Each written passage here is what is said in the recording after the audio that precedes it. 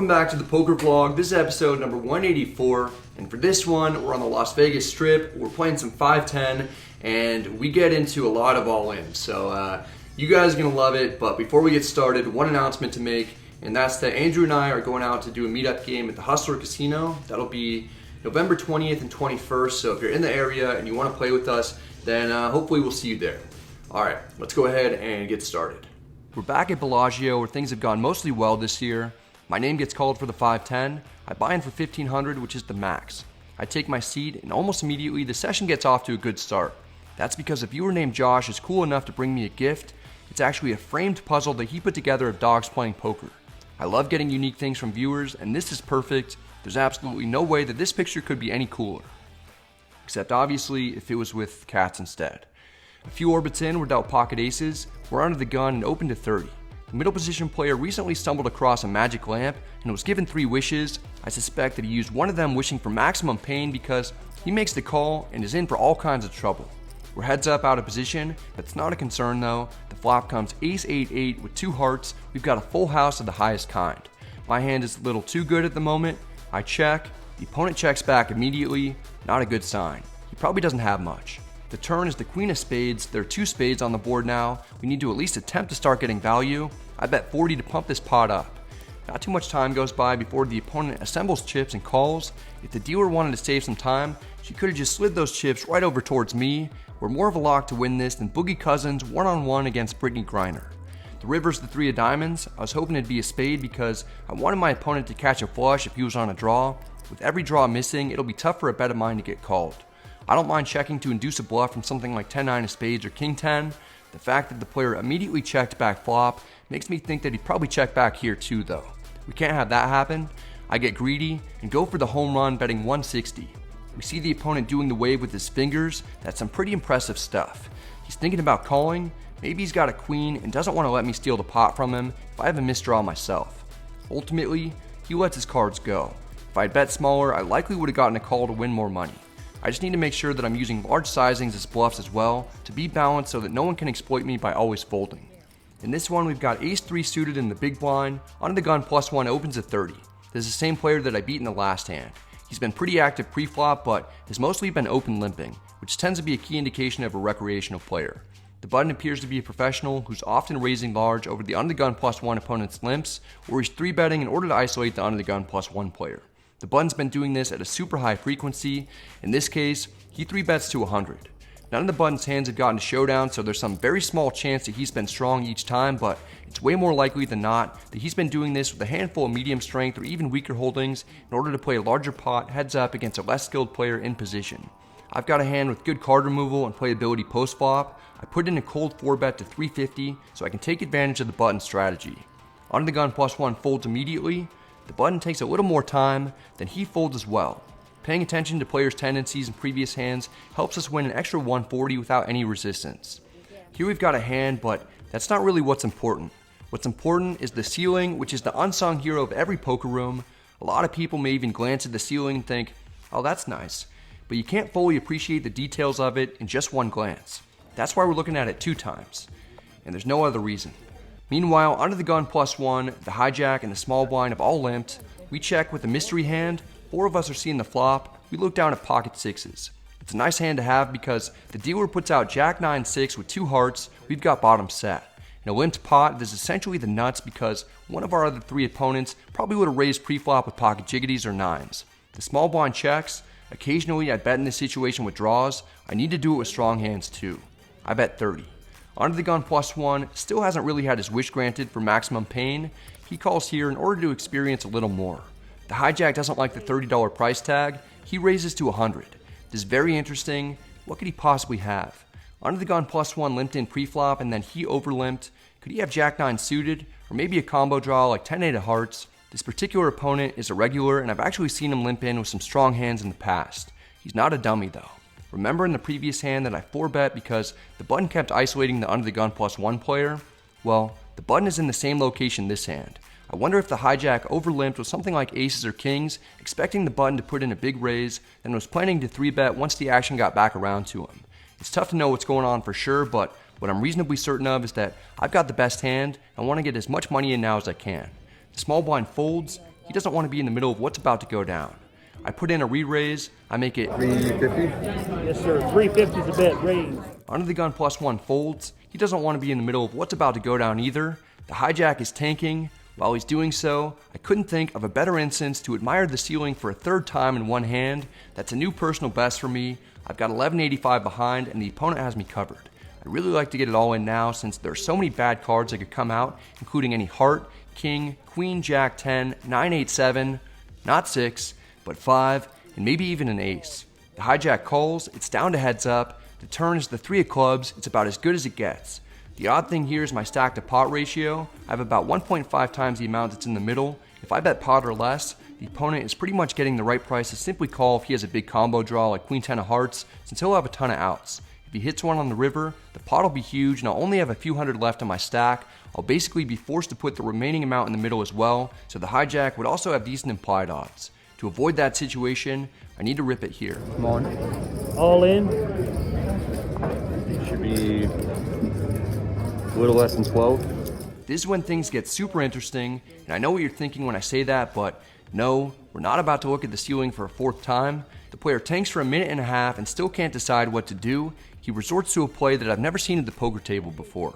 He pulls out a 4-sided Fiji bottle with labeling on 2 sides, then explains that he's going to roll it, and if the side facing up has a label on it, he'll call. If the side facing up is blank, he'll fold. Call? No. Oh, okay. Oh, I see. You're tossing a bottle, okay. Our fate is about to be determined by a container of water. I want the call since there's no way we're not ahead. We're all getting ready for the result. Unfortunately, it lands with the blank side facing up. We don't get the call. That was a fold? That was a fold. Roll the fold. That was one of the most bizarre twists in a hand that I've ever seen. What makes it even worse is that the hijack asked to see what the river would have been. I already thought that he was likely on a flush draw. This makes me even more suspicious that he was on one. The river would have been the 5 of diamonds. The only realistic draw that would have gotten there is 8-7 for the straight. The hijack doesn't seem too disappointed like I imagined he would be if he would have rivered the nuts. Had he called, I pretty much for sure would have won a huge all-in pot. Instead, I lose a flip to a Fiji bottle. It's going to take some time to get over this one. At least we're up a little over 500, and we look down at ace-10 of diamonds on the button. I open to 30. The small blind is a viewer named Ronnie from North Carolina. He 3-bets to 120. He's 3-bet me several times in similar instances. I had to fold each time previously. Here I'm strong enough to make the call. We're heads up in position. The flop comes queen 7-4 rainbow. We don't have much except some backdoor draws. The opponent bets 130. I'd like to see another card. I call one time. The turn is the 3 of spades. We don't improve. The small blind bets 350. Feels a little like a bluff with maybe ace-5 or something, but there's not much we can do since we could be drawing dead. I fold. This isn't too interesting of a hand. The only reason that I'm showing it is because Ronnie's nice enough to show for the vlog that he was indeed bluffing, but he did it with the best hand. He shows ace-king of spades. He turned a flush draw. We only had 2 outs. Cool play by him. I'll file this away and remember that he needs to get punished for taking some of my chips. Next, it's our turn for Big Slick. We've got ace-king suited on the button. Under the gun +1 opens at 30. He's a transfer player. It's his very first hand at the table. A player in middle position calls. The cutoff calls as well. No one's seeing a flop for that price. I 3-bet to 150. It may look like I'm going for a squeeze play since I had a decent setup to 3-bet light. The initial preflop raiser comes back over the top and 4-bets to 500. This isn't ideal. Still, I've got good card removal. There are only 3 combos of aces and 3 combos of kings that I could be up against. Meanwhile, there are 9 combos of ace-king and 6 combos of queens that the opponent could have, not to mention some bluffs that the player might have as well. It folds to me. Under the gun +1 started the hand with 1485. I don't want to call the 500 and have effective stack sizes be less than a pot size bet. I jam, and we get called quickly, but the opponent doesn't seem to be too happy. You already got me, Brad, on my first hand here? I don't know. I got the second best. You're ahead. I'm ahead. The player turns over pocket kings. You can see that he has a camera set up as well. He's a new vlogger named Live Poker King on YouTube. Check him out to watch how this hand unfolds from his perspective. He had me crushed initially. There are 2 hearts on the flop though, so I've got a ton of outs. The turn is another red 9. It's the 9 of diamonds, so we still need an ace or a heart. The river is the 5 of clubs. We don't get there. We double up the opponent. It was such a nice flop. Still, justice prevails, and the best hand when we got the money in wins it all. I just have to brush that one off, regroup, and try to play my best. We rebuy, then pick up 9-8 of hearts in the cutoff. I open to 30. The button calls. We're heads up with Ronnie again. This time we're out of position. The flop comes Jack 10-4 with 2 spades. I've got pretty much the least showdown value that I'll ever have. Luckily I have a draw to the nuts though. I send my bluff for 50. The button must have a piece. He calls. The turn is the 5 of hearts. Since we didn't get raised previously, I'm going to continue firing. I bet 170. I should hopefully get some folds out of some one pair hands like King 10 or Queen 10. It'll also be tough for the button to call with other straight draws unless he has a spade draw to go with it. He calls again though. Most players would have raised me by now with a hand better than one pair. He must have either a spade draw or a hand like Ace Jack, King Jack, or Queen Jack. The river is the 6 of clubs, so all the major draws miss, including my straight draw. I'm sitting here with 9 high like an idiot. I've got the absolute worst hand that I'll ever have given the action and the run out. The good news is that I would have played this the same way up to this point with 8-7, which is now a straight, or sets of jacks, 10s, and 4s. I also would have played it the same way with Jack 10 suited, and maybe aces, kings, or queens. My opponent won't have any of those strong hands. You've already seen me overbet the pot with a boat and a set. I told you that I need to do it as a bluff sometimes. That's what I'm about to do. I make it 700. 700. My opponent folds almost as soon as I get my chips out there. Him and I have been friendly with each other. Later on, he asked if I bluffed him. I told him that I had. He told me that he had ace-jack offsuit, good for top-top. He went on further to say that he had the ace of spades, making it less likely in his mind that I'd be bluffing with a missed spade draw. Seems like solid reasoning to me, and he was right. We didn't have spades. It feels good to get the bluff through after losing a big all-in. Here we've got ace-king offsuit in middle position. I raised to 30. Ronnie's on my left. I told you he likes to 3-bet me, probably even more so now that he knows that I bluffed him previously. He makes it 110. Not a good time to do that. I finally have an opportunity to 4-bet him. I make it 400. I may have to get it in with ace-king again. It turns out that I don't have to this time. The hijack folds. I show him that I had him beat. He lets me know that he laid down ace-queen. And one load. Several orbits later, we've got king-jack of diamonds under the gun. I open to 30. It folds around to the big blind. He makes it 80. This is a super small 3-bet that doesn't accomplish much. Typically, you're going to want to make it 110 or 120 when out of position like he is. I call for 50 more. We're heads up. The flop comes 8-5-4 with 2 hearts. We've got nothing. We actually have less than nothing. The only thing going for us is that we can have all the sets, whereas the big blind will only ever have one pair at best. Often, he'll just have a hand like ace-king too. He checks. Now it seems even more likely that he has ace high. I'm going to try and steal it. I bet 200. Even if the opponent has an overpair, he's not going to like it. He calls. My read is still the same, that he'll have one pair at best, or perhaps something like ace-king with 1 heart. The turn is the 10 of clubs. It's another card that won't connect well with the big blind, but it will with my range. The player checks. I once again have about the worst hand that I'll ever have. If I had queen jack, I'd at least have a gutter. My opponent has 1285. It's a bit more than 2 times the size of the pot on a board with a lot of draws. I'm not in the mood to give up, especially when I have a big range advantage and my opponent only check called on the flop. The 3 previous times I overbet pot, I got folds. I expect the same result if I do it here, so I go for it. This will either be a sweet play that gets through and allows me to pick up an extra $600, or it's going to be a punt so big that Jack Fox from the Detroit Lions will be jealous. Bad news for me and for Jack. The big blind calls. This is going to be a fun one. There's pretty much no way I can win.